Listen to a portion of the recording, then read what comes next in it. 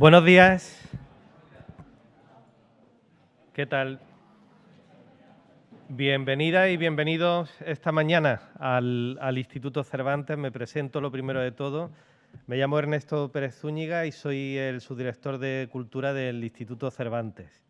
No sé si ya sabéis algo del Instituto Cervantes, pero lo voy a decir en dos palabras que hacemos aquí. El Instituto Cervantes se encarga, un organismo que depende del Ministerio de Exteriores, ¿vale?, y se encarga de difundir la cultura española en todo el mundo, la cultura española y enseñar español también. Y eso se hace en todos aquellos países de Europa, de Asia, de Estados Unidos, en fin, en todos los continentes donde no se habla español, ¿vale? África también. África del Norte y ahora acabamos de abrir en Senegal también. ¿Cuál es nuestra tarea? Yo me dedico a la cultura, ¿vale? Desde nuestro departamento de cultura, de nuestra dirección, lo que hacemos son programaciones como esta, donde estáis ahora mismo. Esto es una programación, estamos juntos en una programación, en todo el mundo para difundir la cultura, ¿vale? Pero no solo por difundirla, sino para crear algo con ella. ¿Qué se crea con la cultura? Pues se crea conocimiento, se crea conciencia, se crea conocimiento de uno mismo, conocimiento de los demás, conocimiento de otras maneras de pensar, conocimiento de la belleza, y conocimiento de cómo a cada uno de nosotros, de cada uno de vosotros y vosotras, le gusta relacionarse con eso. O sea, nosotros creemos en la cultura como una forma de dialogar con los demás, con otras culturas, con otros países, con otras personas y también como una forma de dialogar con nosotros mismos. Y claro, para eso hacemos actividades de todo tipo. Hacemos exposiciones, hacemos ciclos de cine, hacemos debates, hacemos teatro, hacemos muchísimas cosas, colaborando con muchísimas instituciones. Y lo hacemos para gente también de todas las edades, ¿no? Hay gente, hay actividades nuestras donde va personas de 80 años, ¿no?, por ejemplo, y hay otras actividades como esta, donde viene gente joven que está iniciándose en el mundo, en la vida y con un ojo ya hacia la vida adulta, ¿no? Que son para nosotros pues la gente quizá pues más importante, porque en cada uno de vosotros y de vosotras está lo que va a suceder dentro de nada en el mundo. Sois los protagonistas de la vida, como los actores y actrices de una película son los protagonistas de una película. Vosotros sois los protagonistas de vuestra vida y en este caso a través de la cultura. Con este programa que quisimos hacer con la Academia de Cine y que lidera también aquí Beatriz Rodríguez Delgado, que es una gestora cultural estupenda, lo que queríamos es llevar la cultura, ¿vale?, a los colegios, porque vosotros que sois alumnos y alumnas de cuarto de ESO y primero de bachillerato, ¿no?, tenéis unos programas donde veis muchísimas cosas de lo que ha pasado en España y en Hispanoamérica. Por cierto, que el Instituto Cervantes se dedica al español e integra toda la cultura hispanoamericana que para nosotros parte de la misma. Pero bueno, en clase veis una cultura que muchas veces es una cultura menos contemporánea, ¿no? Nosotros queremos también acercaros la cultura contemporánea, en este caso el cine que se está haciendo ahora en España, pero no solamente esa cosa visible del cine, que normalmente son los actores, las actrices, y a veces nos quedamos en el director, ¿no?, o la directora. También queremos acercaros cómo se hace la cultura, quién hay detrás, qué tipo de profesionales son los que hacen que una película como la que habéis visto, El Ángel Exterminador, que creo que os ha gustado mucho. Ya luego una escritora estupenda os va a hablar de ella, os va a dar claves de esta película. Bueno, cómo se hacen esas películas, ¿no? ¿Quién hay detrás? Y que eso que vemos acabado, pues en el fondo es el trabajo de muchas personas que están poniendo lo mejor de sí mismas, es decir, su creatividad para hacer algo. Hoy vais a tener a un especialista en efectos especiales que os va a contar un montón de secretos sobre cómo se hacen estas películas, ¿no?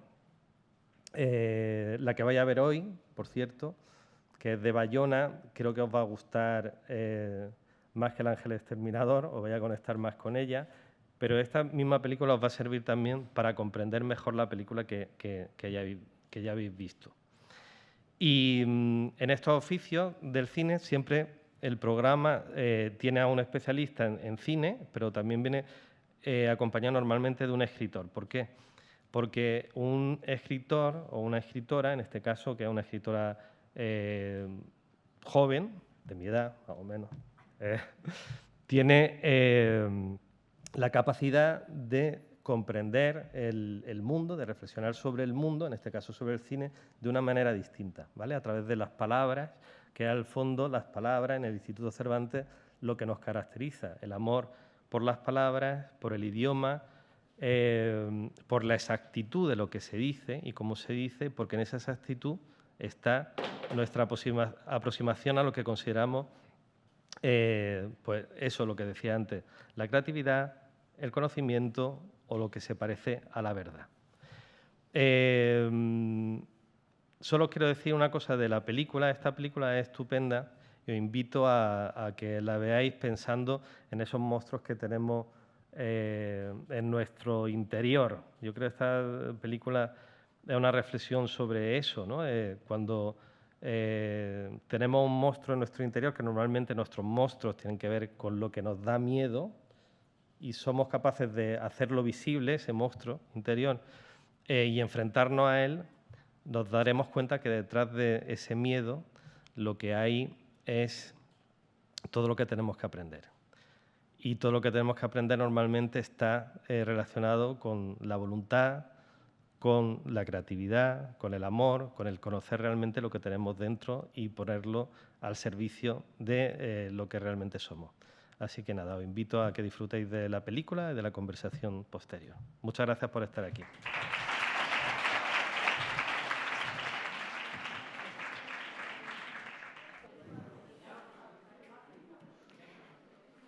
Bueno, pues muy buenos días a todos y a todas los que habéis venido desde el Centro Tres Olivos. Vamos a mantener una breve charla con Isaac de la Pompa, que es especialista en efectos especiales. Ya veréis qué cosas ha hecho y qué cosas nos va a contar. Simplemente voy a presentar, acabáis de ver, creo, Un monstruo viene a verme, ¿verdad? La película de Bayona. Vamos a presentar brevemente las dos películas. Tengo entendido que visteis en el instituto El Ángel Exterminador, de Luis Buñuel. ¿Es así? ¿Lo visteis? Vale. Entonces vamos a hablar de estas dos películas y de estos dos cineastas, de estos dos directores que tienen cosas en común y, desde luego, también cosas que los diferencian específicamente. Voy a hacer una presentación muy breve para no robar tiempo a la charla con Isaac, que va a ser muy interesante. Bueno, El Ángel Exterminador, si la habéis visto, sabéis que es una película de Luis Buñuel, que es un director español, aragonés, que la rodó en México en 1962.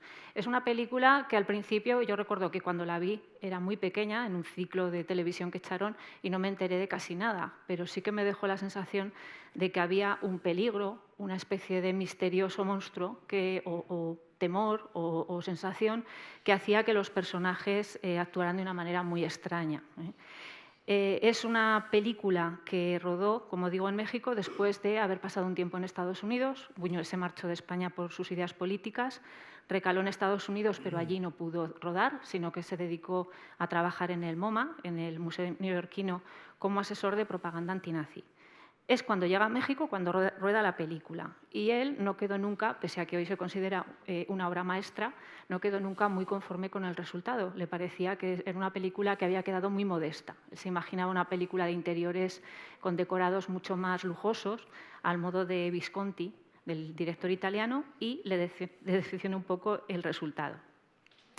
Bueno, si la habéis visto en El ángel exterminado, lo que se nos cuenta básicamente es la historia de un grupo de personas, de amigos que pertenecen a la alta burguesía. Vuelven una noche de la ópera a casa del anfitrión y ahí empiezan a pasar cosas extrañas. La primera que ocurre es que los criados empiezan a despedirse, se marchan y no se sabe muy bien por qué. La velada más o menos transcurre con normalidad, se percibe durante la cena que hay tensiones, que hay envidias, que hay algún chismorreo entre los invitados, pero es cuando termina la cena y cada uno debería haber vuelto a su casa que ocurre lo extraño. Se quedan todos capturados en el salón donde estaban y ninguno es capaz de salir fuera. Van pasando los días, van pasando los meses, van pasando tiempo y ya no solo nadie puede salir, sino que tampoco nadie puede entrar. Y digamos que viven un confinamiento obligado, inverosímil, no se sabe muy bien por qué, que les hace convivir y les hace sacar al exterior todas las fobias, todas las tensiones, los miedos, las envidias, etc. Hasta el punto en que casi llegan a provocar la muerte del anfitrión, que está dispuesto a sacrificarse, a morir, simplemente para evitar las tensiones. Es justo en ese momento cuando una de las invitadas, Leticia, cae en la cuenta de que todos están ocupando en ese instante la posición que la noche donde se quedaron confinados, la noche en que quedaron presos en la habitación.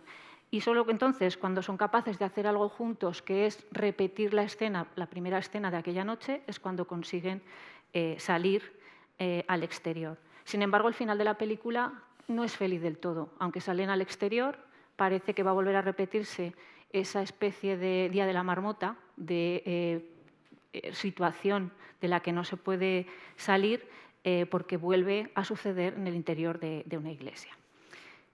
Es una película que a Buñuel muchas veces le pidieron explicaciones, le pidieron que interpretara, que dijera qué es lo que había querido contar. Y me hizo mucha gracia y me ha apuntado aquí una frase que él dijo, que simplemente era ¿por qué no son capaces de hacer algo juntos? ¿Por qué no son capaces de buscar la manera de salir todos de la casa, ¿no? Son individualidades, cada uno está pendiente de su situación y de sus pensamientos y no son capaces de colaborar o de hacer algo juntos. En la película de Buñuel, los efectos especiales, por hacer alguna pequeña alusión, son muy escasos. Buñuel venía del mundo del surrealismo, del mundo de esa vanguardia en la cual la importancia del sueño en la vida cotidiana es manifiesta, ¿no? Entonces él defendía el uso de imágenes que no tienen significado, que simplemente nos causan una impresión y ya está, no tenemos que buscarle un significado mayor. Si recordáis, habéis visto El perro andaluz, hay una escena muy famosa, una de las juzgadas como la más importante en cuanto a efectismo del cine de todos los tiempos, que es el ojo rasgado con una cuchilla, que eso es un efecto especial muy temprano, ¿no? En el caso del ángel exterminador, hay un momento determinado en el que vemos una mano que va atravesando una estancia, una habitación, que parece provenir o parece un motivo que también estaba en un cuento de Maupassant muy famoso y también ha salido en episodios de Los Simpson, que es la mano que actúa sin que nadie la guíe, ¿no? Sin cuerpo del que provenga. Esa mano puede ser una alucinación del personaje. No llegamos a saber nunca qué pinta esa mano de repente recorriendo la estancia. Puede ser que el personaje, que es una mujer, el personaje que está cerca, simplemente tenga una alucinación porque se siente angustiada, porque siente que ese encierro está durando más de la cuenta. En Un monstruo viene a verme, que es la película que acabáis de ver, tenemos también a un director español, su apellido también empieza por B, como en el caso de Buñuel, también trabaja habitualmente en países que no son España, es muy posterior, El ángel exterminador es de 1962 y en cambio Un monstruo viene a verme es del año 2016. Hay cosas parecidas y hay cosas diferentes. Si en El ángel exterminador Buñuel se tiene que ceñir a un entorno mexicano, en el caso de Bayona, de Un monstruo viene a verme, habéis visto que el mundo que reproduce es el de una ciudad británica, de una ciudad inglesa, ¿no? Él habla de una ciudad parecida o similar a Manchester. Es muy diferente el coste de la producción. En el caso del ángel exterminador, como os he dicho, Buñuel quedó un poquillo descontento porque era una producción muy modesta y en el caso de Un monstruo viene a verme, en cambio, es una superproducción. Fue un taquillazo. Un dato simplemente para que lo podáis apreciar, en 10 días había recaudado 11 millones de euros, es decir, un millón de euros casi por día, ¿no? En los 10 primeros días de taquilla. En el caso de Un monstruo viene a verme, sabemos que el conflicto es distinto. En El ángel exterminador vemos que hay un grupo de personas que tienen un problema al mismo tiempo y es un problema de grupo, es un conflicto coral, es un digamos, encierro que saca lo peor de cada ser humano, mientras que en la película de Bayona tenemos una película basada sobre todo en el miedo, la angustia y la culpa del niño, ¿no? Son sentimientos que producen ese terror, esa sensación de miedo permanente. En la de Buñuel, el miedo vendría dado por la atmósfera. En el caso del monstruo viene a verme, el miedo viene causado por lo que el niño guarda dentro. Entonces son miedos que provienen de diferentes lugares. Habéis visto que se centra en la historia de un niño, de Connor, que sufre tanto fuera de casa por el acoso escolar que padece, como dentro de casa porque su madre tiene una enfermedad terminal. Eso lleva a Connor, que es un niño con dotes artísticas, a inventarse un mundo imaginario. Está basado en una novela que se llama igual, de Patrick Ness, y a partir de esa invención de un mundo imaginario, él puede encontrar la respuesta a lo que le sucede gracias a ese monstruo curativo, a ese monstruo balsámico que es un tejo y que tiene propiedades curativas de verdad, que se encarga de ir contándole una serie de historias y le reclama que le cuente la cuarta. La cuarta es la propia historia de Connor, que va a, por fin, atreverse a contar lo que le pasa y cosas tan inconfesables como que en realidad desea que su madre termine de sufrir, ¿no? Que es, yo creo que el final más emotivo. Me llama mucho la atención, y así ya pasamos a hablar con Isaac, cómo los efectos especiales, en este caso, ya conforman un personaje, ya no es un momento de la película el que utiliza un efecto especial, sino que un personaje es un efecto especial. El propio árbol, que es una criatura híbrida entre un ser humano y un vegetal, echa a andar y nos lo creemos. Es un efecto especial permanente. Nos creemos que hable, nos creemos que piense, nos creemos que cuente historias y que consuele a Connor. Y también me gusta muchísimo de esta película el momento muy al principio, si os acordáis, cuando el niño y la madre empiezan a ver en el viejo proyector la película de King Kong, que es una de las primeras películas donde se utilizaron también los efectos especiales. Creo que King Kong está utilizado como leitmotiv en la película. Por una parte está al principio, en un momento determinado, si os acordáis, el tejo coge en la mano al niño como si fuera King Kong cuando coge a la chica, ¿no? Yo creo que es un guiño a King Kong, y al final está también dibujado en el álbum que le deja su madre a Connor. Bueno, es una película maravillosa, conmovedora, como os he dicho, muy diferente al Ángel exterminador. Cada una en su estilo nos transmite un tipo de terror distinto. Y bueno, sin más, voy a empezar a hablar con Isaac para que nos dé tiempo a hacerle preguntas. Podéis intervenir, ¿vale? Si en algún momento queréis hacer alguna pregunta o algún comentario, podréis hacerlo. Bueno, Isaac, encantadísima de conocerte. Buenos días a todos. Y de poder conversar un poco contigo. Yo considero que el cine en sí mismo ya es un efecto especial de la realidad, ¿no? Porque de alguna manera nos la devuelve distinta, nos concede la oportunidad de crear un mundo diferente al que habitamos. Buscando definiciones de los efectos especiales, nos encontramos que son un conjunto de técnicas que nos permiten hacer reales, hacer verdad, creíbles, verosímiles, personajes, acciones, lugares, seres. Y eso nos gusta que exista esa posibilidad de crear, ¿no? Mundos y personajes y objetos paralelos. Si tú como especialista nos tuvieras que explicar qué es un efecto especial, ¿qué dirías? Como bien has dicho, el cine es todo mentira, ¿no? Bueno, pues el champán en la época del cine en blanco y negro era gaseosa y, en definitiva, pues al final lo que se trata, se hace un decorado que solo es... O sea, si tú abres el campo con la óptica, pues ves el final decorado, pero claro, solo ves ahí el decorado. Entonces yo creo que los efectos especiales o los efectos visuales es un poco evolución de todo eso. El director de la película, el productor tiene unas necesidades, ¿no? Al final el cine es contar historias y tiene unas necesidades para plasmar esas ideas o esas historias en imágenes. Entonces se usan una serie de técnicas, pero creo que los efectos especiales surgen rápidamente después de que surge el cine, de que se empiezan a hacer las exhibiciones que que ahora tomamos como normales, ¿no? En una sala oscura y tal. Y ahí ya nacen los efectos especiales. Ahí nacen ya los primeros efectos especiales, son los encadenados, ¿no? El poder hacer un encadenado, que hay un personaje. Antes hablamos de Méliès, que es un director de cine francés muy reconocido porque en su trabajo tiene muchos efectos especiales. Entonces lo primero que hace son encadenados, simplemente. Es una persona que va desapareciendo poco a poco en un fondo. Entonces yo creo que son inherentes un poco al cine, ¿no? Y se usan unas técnicas principalmente, hasta que ya se empiezan a usar los ordenadores, es fotográfico. Todo el efecto especial es fotográfico, se hace con cámaras en las cuales pues tienes varias capas y las mezclas en una, ¿no? Y eso también es importante, ¿no? Tener varias capas, varios rodajes y mezclarlos todo en uno.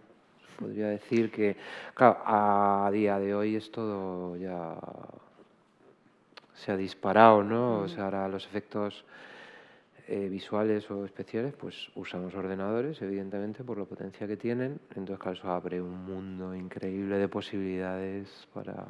Se ha perfeccionado, ¿no? La capacidad de sorprender. Sí, se ha perfeccionado y ha evolucionado Claro. muchísimo, muchísimo. Nosotros tenemos que estar todo el día estudiando, ¿no? Nuevas técnicas y estar ahí.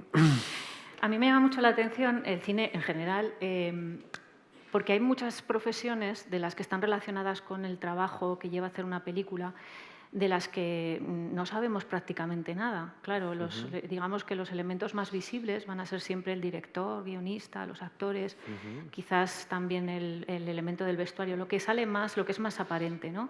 Sin embargo, yo creo que hay un montón de oficios secretos, misteriosos, que están ahí en la recámara, ¿no? Con muchísimas horas de trabajo, muchísimas horas de imaginación, de esfuerzo y de, imagino, también ilusión y frustración, todo junto, que ayudáis a crear la trama y la verosimilitud y que lo real sea todavía más real, ¿no? O que lo irreal exista directamente, que eso me parece magia pura.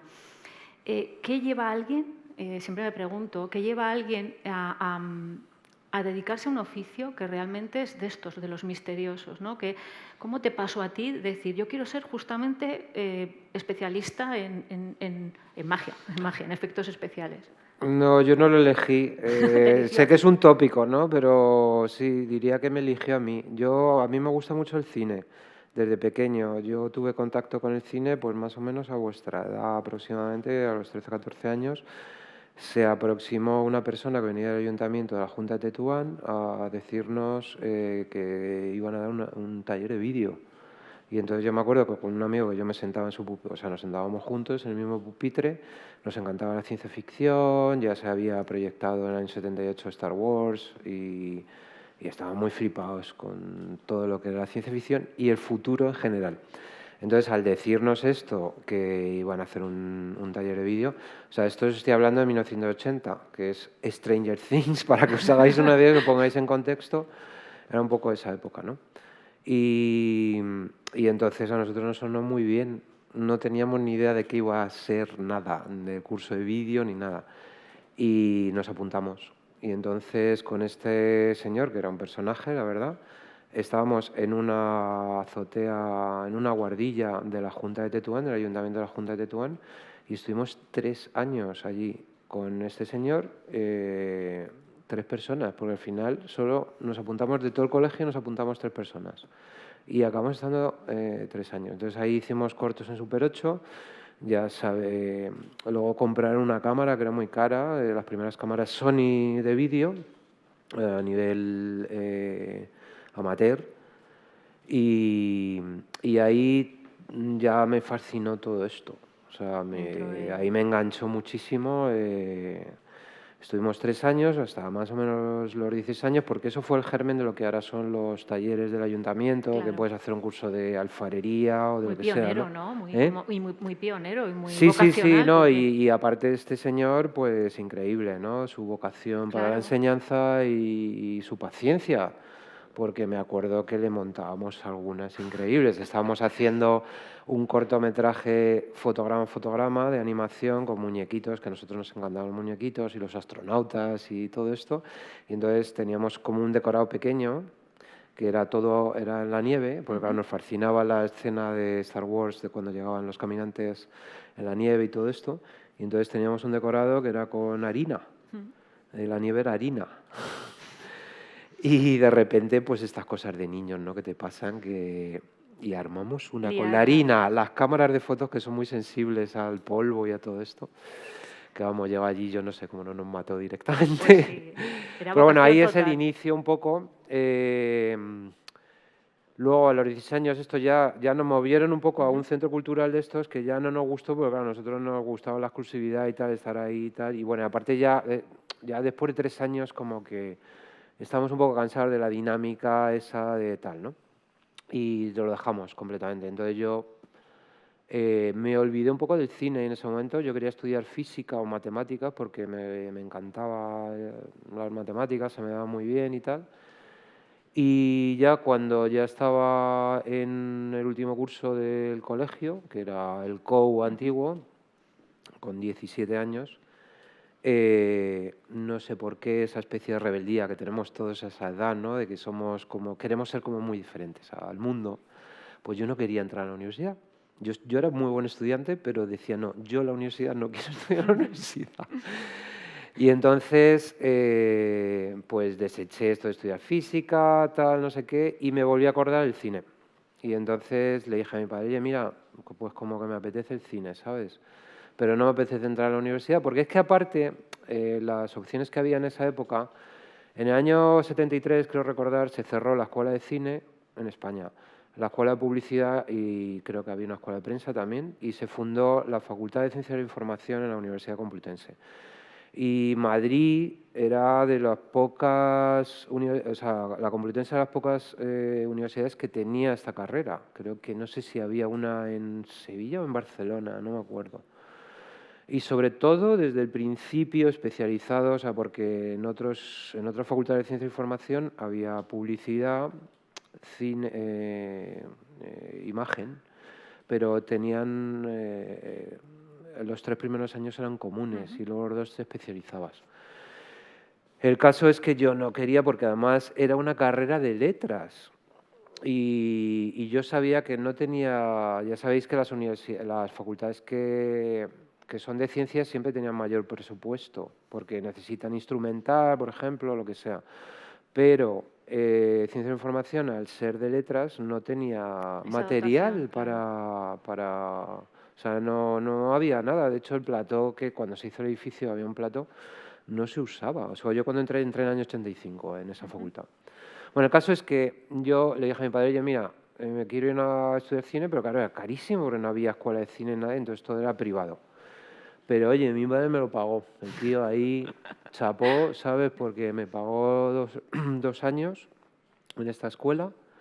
Pero al ir a la escuela a enterarme, era como muy poco tiempo, eran como 6 horas a la semana o 8 horas, no me acuerdo. Y yo dije, ¿yo qué hacer con mi vida? ¿No? Y entonces dije, bueno, pues voy a dar una oportunidad a la facultad. Y entonces entré a la facultad y se me hizo durísimo porque yo estudié, ahora ya hay más bachilleres mixtos, pero yo estudié, antes había o letras o ciencias, o sea, en el bachiller te ibas o a estudiar literatura, tal, no sé qué, o a estudiar matemáticas, no sé qué, no sé cuánto. Entonces yo me fui al de ciencias. Y luego cuando entré en la Facultad de Ciencias de Información era todo letras, o sea, era todo literatura, historia del arte, Humanidades. Entonces se me hizo muy duro, yo me acuerdo... o sea, me dio la de literatura un libro así, que yo además que no lo soportaba, siempre se me ha dado un poco mal, ¿no? Lo que es... Claro, ahora hay otro tipo de educación, antes era todo muy de memoria, Sí. de acordarte fechas y tal, y se me hacía durísimo. Todo acumulativo. Entonces yo me acuerdo que me entró un estado de ansiedad a mitad del primer curso, bueno, tenía que estudiar un libro así, y decía, esto no soy capaz, no. Pero bueno, al final me quedé los 5 años y tal. Entonces hice los cursos de cine, hice cursos de vídeo también aparte, porque la facultad no tenía material, entonces me buscaba un poco la vida fuera de la facultad para hacer prácticas, hacer cortos, etcétera, etcétera, aparte de que me gustaba mucho, me lo pasaba muy bien. O sea, me reía mucho en los rodajes y esas cosas. Y luego estando en la facultad, yo no sé, ¿habéis visto Tesis de Amenábar? ¿Os acordáis los pasillos esos? Bueno, pues en uno de esos pasillos un día abro una puerta y veo un ordenador. Entonces nuestra generación crecimos con un ordenador de un inglés que se llama Spectrum, que no sé si lo conocéis.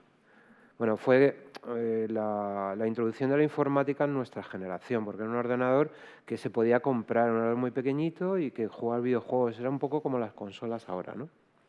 Ese era nuestro enganche, pero luego aparte podías programar y tal. O sea, yo también, como os he dicho al principio, me encantaba todo ese mundo, ¿no? El futuro y todo esto, y entonces pues ya cuando tenía también como 14, 15 años, mi padre también me compró este ordenador, que era caro, o sea, era una cosa que para una familia media pues era un esfuerzo. Y entonces cuando abrí aquella puerta, que debió ser como en segundo o en tercero, creo recordar, de la carrera, dije, ahora un ordenador, ¿y qué estáis haciendo aquí y tal? Y entonces ya me lo enseñaron, pues mira, esto es para hacer imágenes por ordenador y tal. Y dije, esto es la polla. O sea, Esto es lo que quiero. esto es maravilloso. Entonces ya me enteré, era un profesor que no estaba dentro de la enseñanza arreglada ni nada, era una cosa que se había montado él, que había llegado a una empresa de ordenadores, Commodore, que era una empresa alemana y tal, y había presentado esos dos ordenadores, yo no sé si al profesorado o al rectorado, a quien fuera, y este muy vivo dijo, pues vale, te dejo que hagas la presentación, pero nos quedamos con los ordenadores. Y eso fue ese taller que se llama Taller de Imagen por Ordenador. Curiosamente luego fue como un núcleo de gente, de las primeras personas que empezamos a hacer imagen por ordenador en España, pues fue un vivero, digamos, ¿no? De gente que luego pues somos compañeros. Ahora en el ranchito donde trabajo pues hay una persona que estuvo allí también.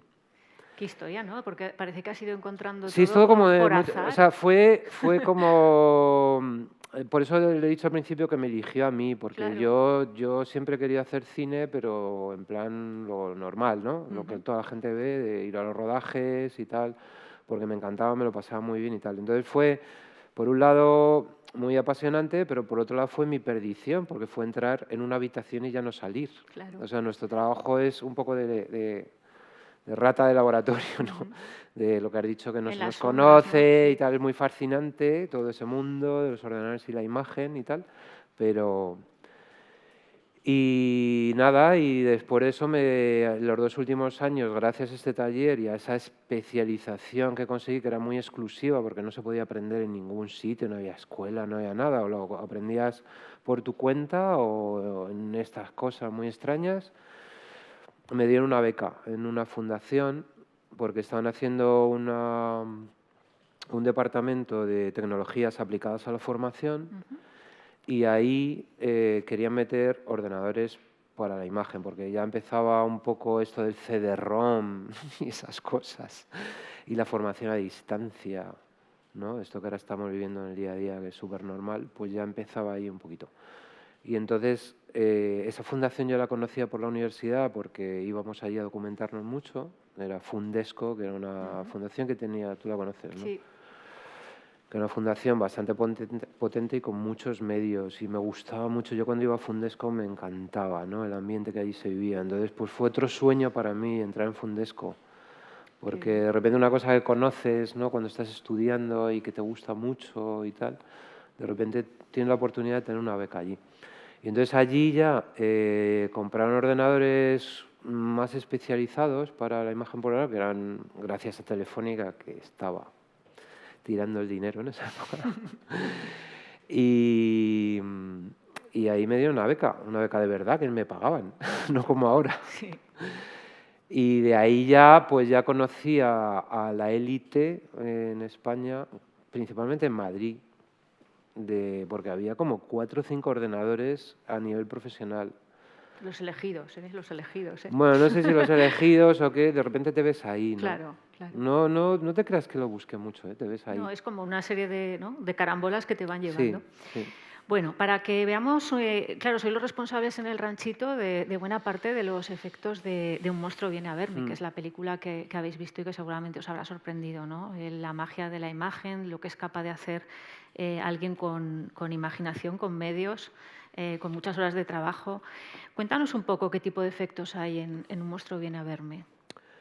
Bueno, en Un monstruo viene a verme hay un poco de todo. Es verdad que el protagonista es el monstruo este, ¿no? Que se supone que está, el tejo, sí, perdón, que está en la imaginación del chaval y en su ansiedad y tal, pero luego hay otras muchas cosas. Luego también es una película muy interesante porque los efectos especiales, las películas más interesantes en cuanto a efectos especiales son los que mezclan cosas en rodaje y cosas en el ordenador. En esa mezcla creo que está el secreto, ¿no? Porque es tremendamente complicado hacer una imagen al 100% digital y que ahora ya lo vamos consiguiendo, ¿no? Pero es muy complicado y que tú te lo creas, ¿no? De verdad que el ojo es muy listo, aunque tú no sepas efectos digitales, pero dices, aquí hay algo que no... Sospechas, ¿no? Sí, que no es natural, ¿no? Digamos. Entonces, pues bueno, hay muchísimas cosas. O sea, por ejemplo, el cementerio se hunde, ¿no? Hay un momento ahí que se viene abajo. Todo eso es maqueta, pero luego está apoyado por ordenador. Luego hay nosotros hacemos también lo que se llama set extension, ¿no? Es un anglicismo, pero es completar decorados, ¿no? O sea, el decorado, evidentemente, no es como se sirve de 1000 que construye aquellos decorados tan masivos, ¿no? Pues claro, no hay dinero ahora, entonces se hace un trocito del decorado y sale mucho más barato pues hacer el resto. Luego hay efectos dentro de nuestro negocio, ahora ya hay mucha división, ¿no? Entonces hay unos que lo llamamos efectos especiales dentro de que es los departamentos que hacen fuego, que hacen viento, que hacen cosas cayéndose y destruyéndose. Entonces también hay un poco de eso. Hay un poco de todo. Principalmente, de luego, es el personaje. Y para nosotros, para el Ranchito en concreto, era la primera vez que en una película hacíamos un personaje protagonista. Entonces era un gran reto, ¿sabes? Claro, es que eso no es tampoco muy habitual, que aparezca un personaje de la importancia que tiene el tejo, Claro, que sea es que a realmente nivel narrativo es importantísimo. importantísimo. Es Sí. uno de los grandes hallazgos, yo creo, Sí. de la película, ¿no? Sí, para nosotros fue un reto también porque, claro, no era un personaje normal, era un árbol que tiene una geometría muy complicada. Entonces eso tiene muchas ramitas y tal, y entonces eso para los ordenadores pues es complicado de calcular. Y luego encima era como de 20 metros, ¿no? O de 15 metros, no sé. Sí. Que también Y luego era... ambiguo, porque tiene características a veces negativas, a veces Sí, positivas. hay transformaciones de Claro. árbol a humanoide o antropoide. Y todas esas transformaciones eran muy complicadas, sí. Y bueno, un gran reto, sí. Es una maravilla. ¿Queréis preguntar algo? Sí, por ¿Tenéis favor, preguntad curiosidad porque es lo de- más interesante. Porque a lo mejor hay gente aquí que queréis dedicaros o que de pronto habéis visto que hay un camino hacia ese mundo del cine que no Sí, sospechabais. vuestras curiosidades son muy importantes, de verdad. Y que no es de vergüenza, ¿eh? No es de vergüenza hablar en público. Voy a romper el hielo yo. Venga. ¿Vale? ¿Un micro? Espera un momentito.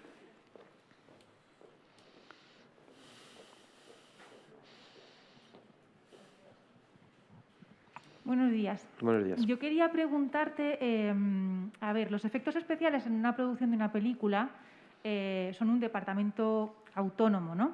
Pero de alguna manera... no, espera, un departamento independiente, más que autónomo.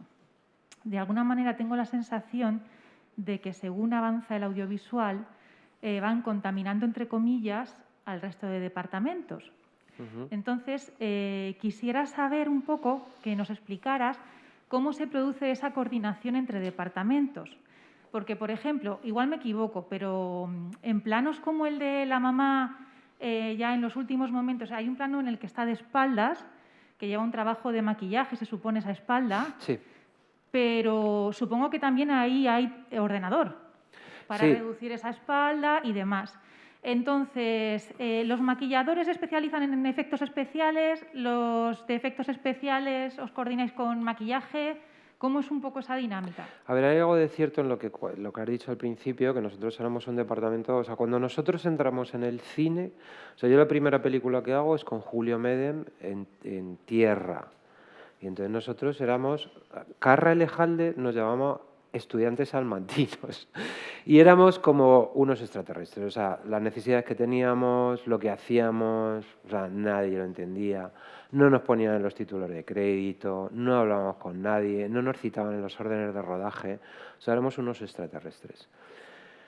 Y ahora es muchísimo más diferente. O sea, ahora ya somos un equipo más, de todos colaboramos, todos hablamos, las reuniones que tenemos diferentes departamentos, ya sea con maquillaje, con fotografía, o sea, todo eso se ha normalizado y ya somos uno más en un rodaje. Pero sí es cierto que hasta llegar a eso, pues nos ha costado.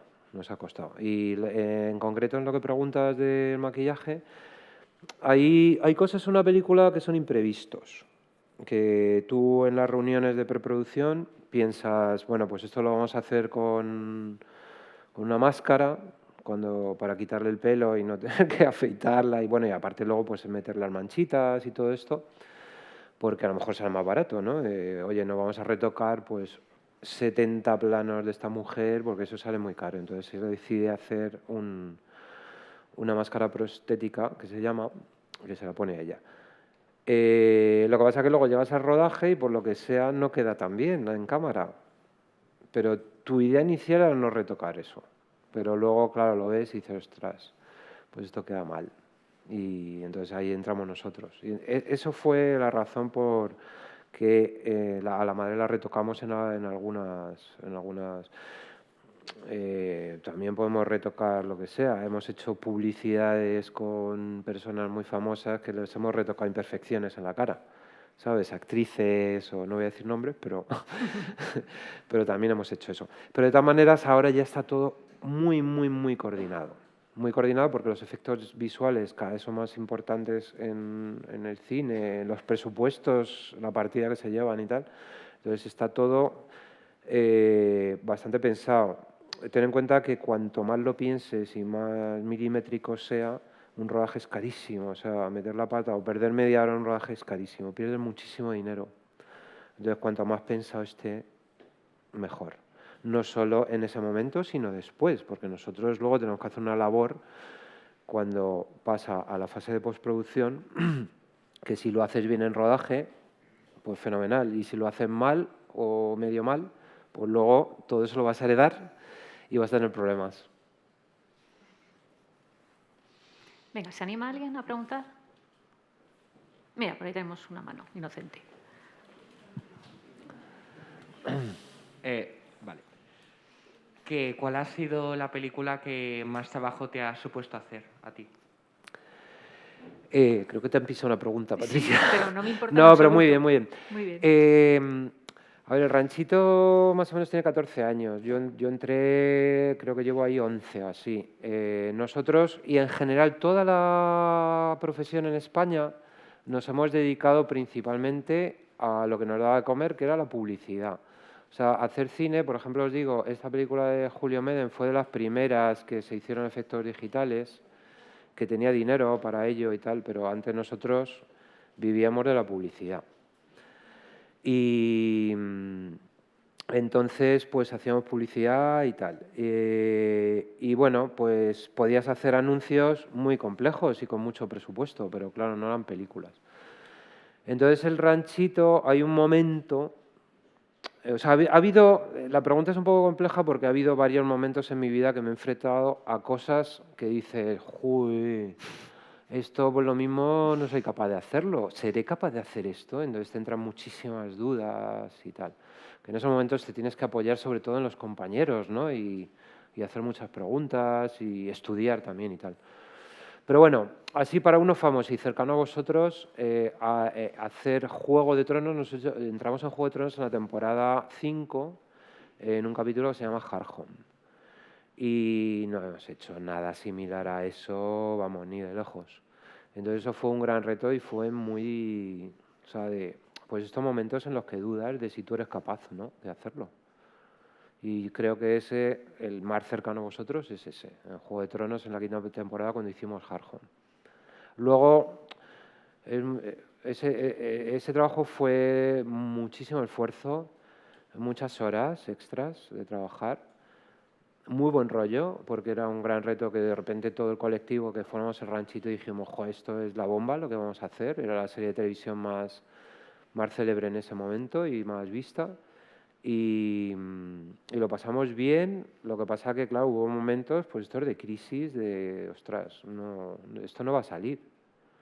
Pero bueno, al final lo sacamos y yo creo que muy bien, con mucha satisfacción después, ¿no? Porque todo lo que significa mucho trabajo, mucho esfuerzo y pasarlo mal, luego te da mucha satisfacción personal, que no es ni siquiera monetaria ni económica, pero personal sí que te la da.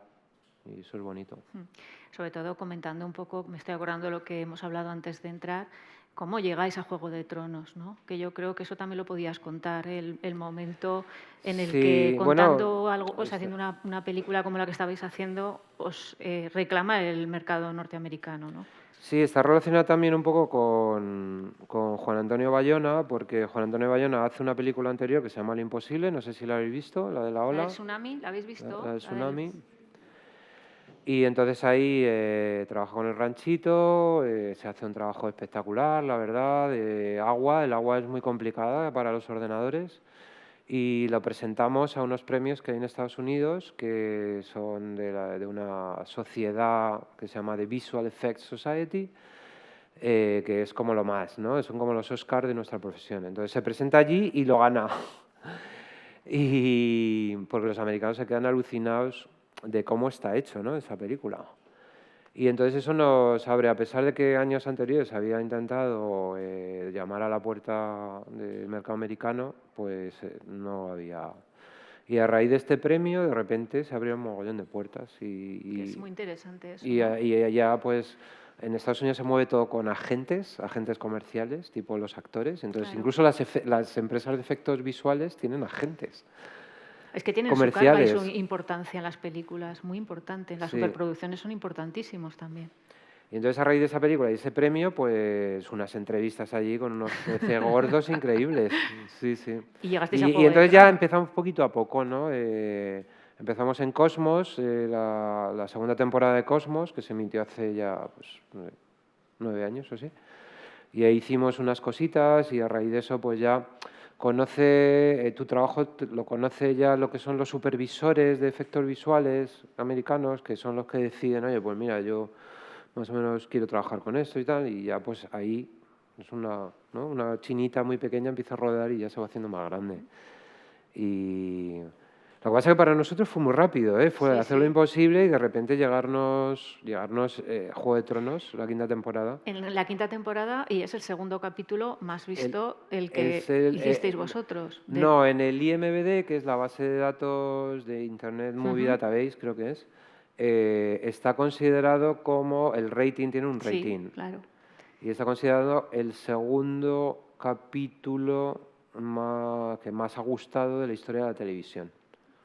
Y es el suyo, el de este señor. Y muy sorpresivo, ¿no? Sí, al director del capítulo le lanzó al estrellato. Sí, sí, sí. Esa temporada estaba Esa batalla es que además es muy espectacular, ¿no? Que alcanza ya el tono épico que tenía Juego de Tronos. Es ya la rematadera. Toda la gente estaba esperando la batalla, ver al ejército Winter is coming, Winter is coming. Que venga ya, claro, ¿no? Claro, que el invierno acabe de llegar. Ya llegó. Bueno, vamos a ver cómo vamos de tiempo porque son las 1:02. ¿Alguien más quiere hacer una pregunta? Bueno, pues formulo ya la última, porque tenemos muy poquito tiempo, me parece, y simplemente que yo quería preguntarte ¿qué aptitudes o talentos tiene que tener alguien que se quiere dedicar a este tipo de...? Porque tú has hablado de una mezcla muy, muy heterogénea, ¿no? Alguien que venía con una formación científica, que luego casi se ve obligado a estudiar humanidades porque era la única salida, pero arte y oficio, que es un poco el título que tiene esta serie, este programa, ¿qué talentos, qué dones y aparte qué... Sí, nuestra profesión es una profesión de arte y tecnología. Pues, por un lado, tienes que tener ciertas aptitudes o conocimientos de arte, de fotografía, de pintura, todo esto te ayuda un montón. Y luego, por supuesto, estás trabajando con un ordenador, con lo cual si tú conoces tu herramienta bien, profundamente, pues vas a tener muchísima ventaja. Entonces es un poco las dos cosas, ¿no?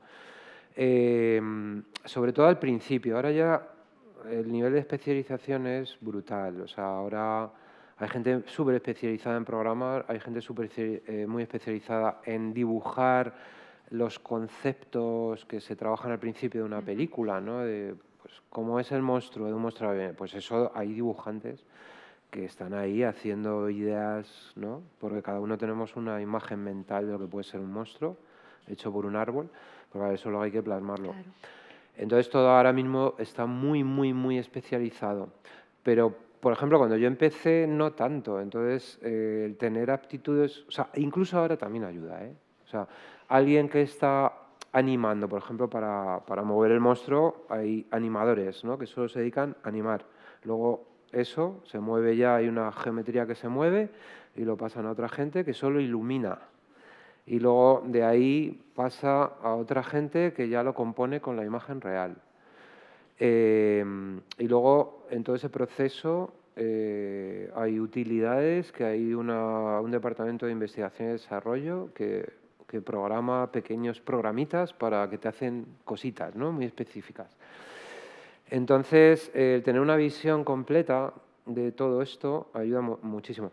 De todas maneras, yo soy, a pesar de que empecé mucho con las matemáticas y la física y todo esto, que se me da muy bien y me sigue fascinando, vamos, creo que lo más importante es la expresividad. Yo siempre he dicho, ¿no? Que